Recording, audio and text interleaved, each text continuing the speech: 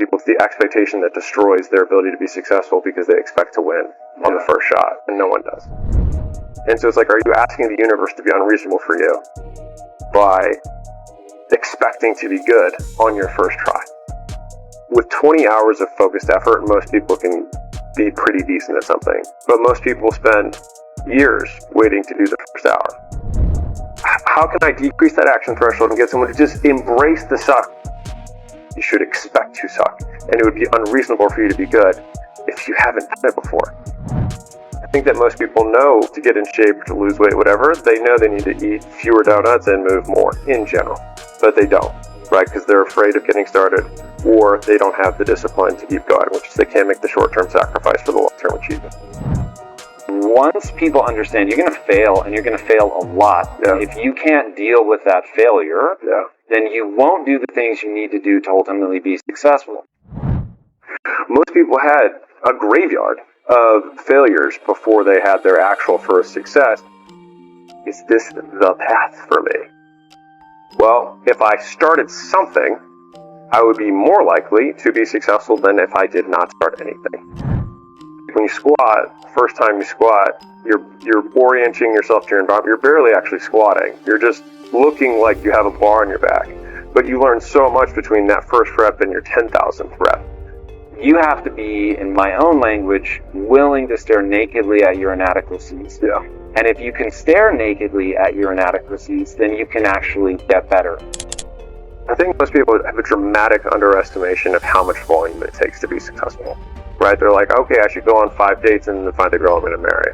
Like, what if it was 500? Do not cast power to your excuses. Own your circumstances, because no one else will.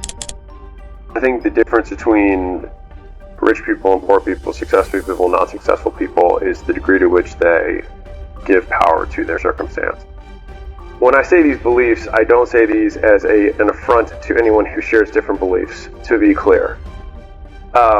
But for me, a very core belief that has been, I think, intrinsic to at least the material success that we've experienced has been a belief that meaning is self-ascribed.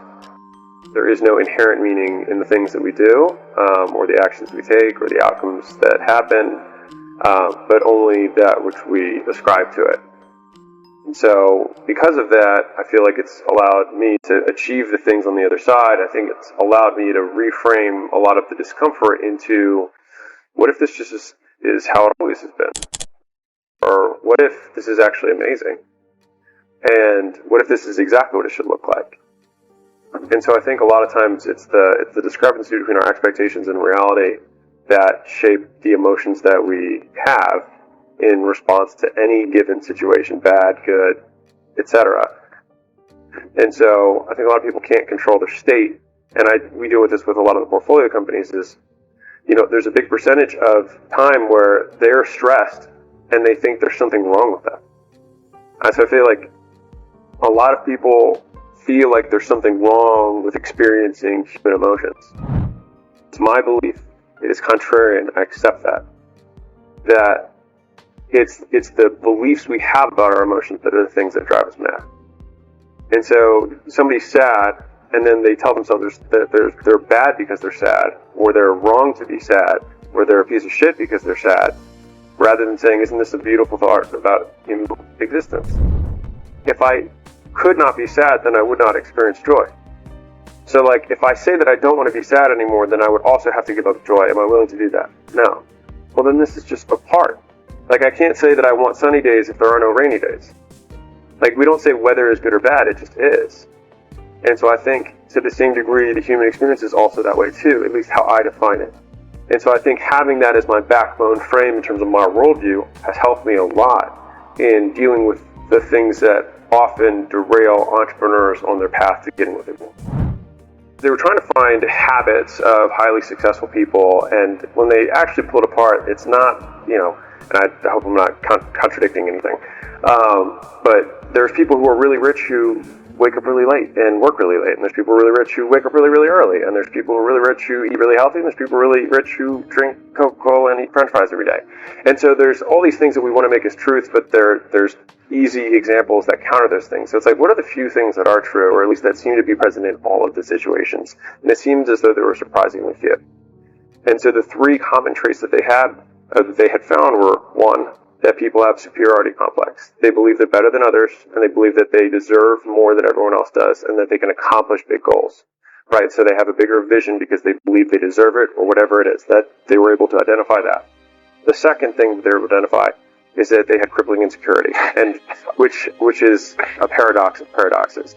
They feel they'll never be enough, and they'll always be measured against the things that they've achieved. And so you've got this crazy dynamic between they think they're better than everyone, they think they deserve more, they want to go after this big hill, and at the same time, they fear they'll never be good enough, and they'll never actually achieve it, and they actually suck.